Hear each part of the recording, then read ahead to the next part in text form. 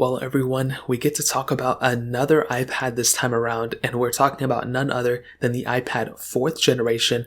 It's actually kind of an interesting iPad, it's definitely a little bit of a stranger one in 2022, but this specific iPad came out in 2012, and what's very interesting about this device is that Apple kind of went back to back with these iPads. They were releasing them pretty much right next to each other, which was pretty insane. Now, I probably wouldn't recommend buying an iPad 4 anymore, but I still think, for its body, for kind of what it brought at the time, I think it's still kind of, interesting. Again, I wouldn't recommend picking it up, but, it was the 4th entry point. I think the iPad 5 was a really good iPad that Apple dropped, but with something like the iPad 4, I think it's kind of expected of where it stands today. So that pretty much covers up the basicness. I mean, again, I wouldn't recommend buying this iPad anymore, but it is what it is. Now, this iPad came out about 10 years ago, which is pretty insane. And again, like I mentioned, Apple was releasing these iPads like crazy at that moment. And with something like the iPad 4, I mean, this thing had a lot of capability within it at that time. But I do think still, to this day and age,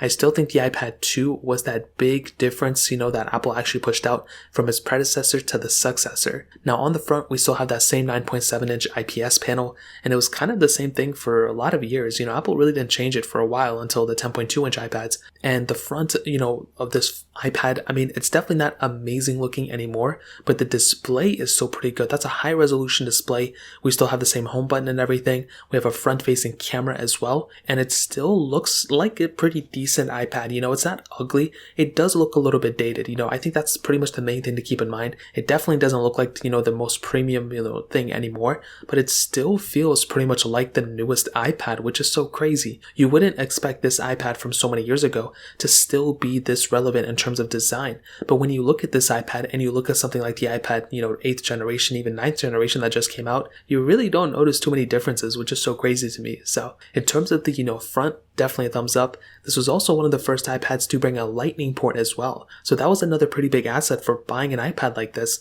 You can pretty much just go pick it up and it will already have that new I/O. And that was another big advantage for something like this iPad 4. You can pretty much go ahead and buy this thing and still have a relevant port in this day and age. It's very similar to the iPhone 5s, if you guys remember. And that device also had, that, lightning port at the bottom. And this iPad was pretty much in the same suit as that. The iPhone 5 came out the same year as this iPad, I'm pretty sure. And, it was pretty much, the most premium iPad you could buy. So definitely a thumbs up for me on that side. Now, on top of that, the back of this iPad, like I mentioned, very premium back as well. It still looks pretty relevant. The base iPads still only have, single camera setups. So there really isn't that big of a difference there either. They kind of give me the same impression. However, the newer iPads definitely have much better cameras and all that stuff. But this is still a very cool and interesting looking iPad.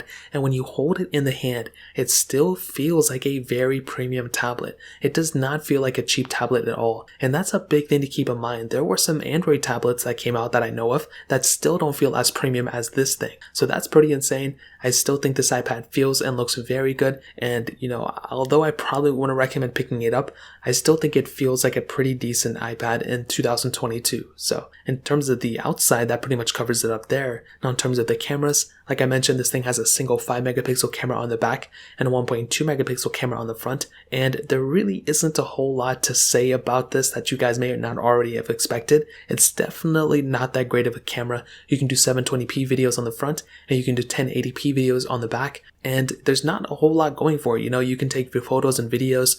There isn't any like crazy modes. There's no, ultra wide sensors. There's nothing like that. I think the best way to put this is basically that, it's a tablet that has an okay camera, for how old it is. But even now, compared to like an iPhone 6, it's not that great. Compared to an iPhone 5S or even an iPhone 5, it's not that great of a sensor. It's fairly outdated. And there's something about a viewfinder on the iPad that I like. But when you have, this low megapixel count of a camera with very low features, you just get to see all this graininess and just kind of nastiness, to be honest. With the new iPads, with the iPad Pros that have like dual camera setups and stuff, those look much better in terms of the viewfinder because it's a higher megapixel count and the chipset does a way better job at just the images that it takes. so it's not really this grainy experience. So I think with the iPad 4, it's a tablet that has a camera built in and nothing more, nothing less. I probably would recommend buying it because of its camera too. So in terms of that covers it up there. Now in terms of the longevity of it, this is another thing to keep in mind. I mean, this iPad, like I said, it's already outdated. It's been outdated for a couple of years now.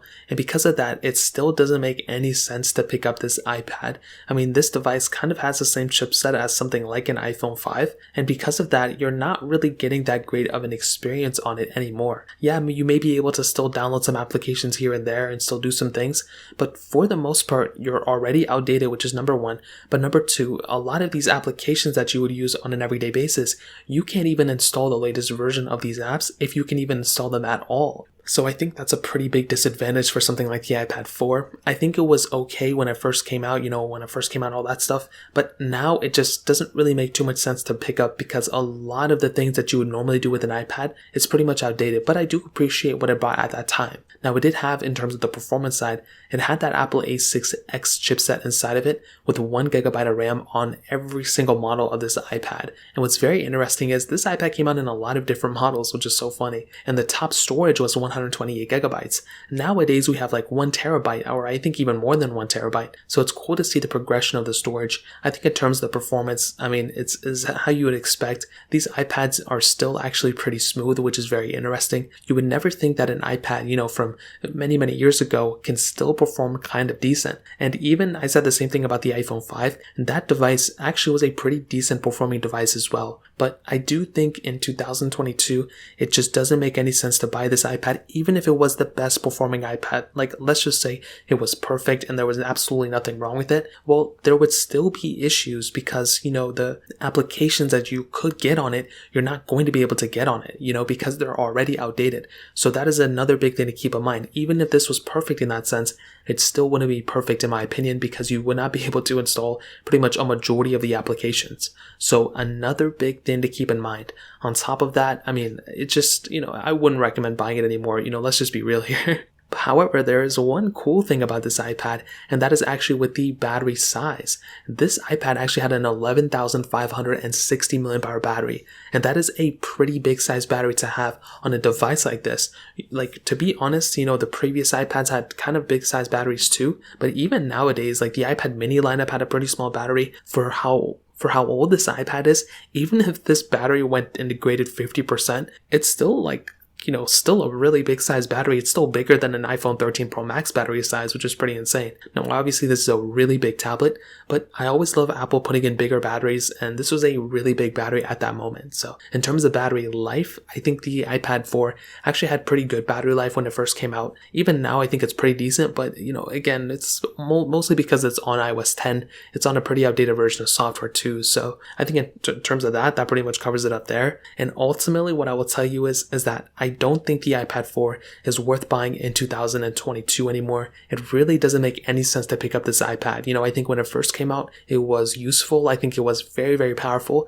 But as of right now, it just doesn't make any sense. The more and more we progress, the less and less it makes sense to actually buy these iPads that, have been unsupported for so many years. And the biggest issue, like I mentioned, is that this iPad is not getting any more software support. That's the biggest issue. Other than that, if that wasn't the case, then maybe we can move on with it and, maybe recommend it. But I wouldn't recommend buying it because of that. So in terms of that pretty much covers it. If you guys have any other questions or anything like that, let me know in the comment section below. Hit the like button, that would mean so much, but definitely hit that subscribe button. More importantly than everything else, I love every single one of you guys. Hopefully I'll catch you guys in the next video. Peace out till then.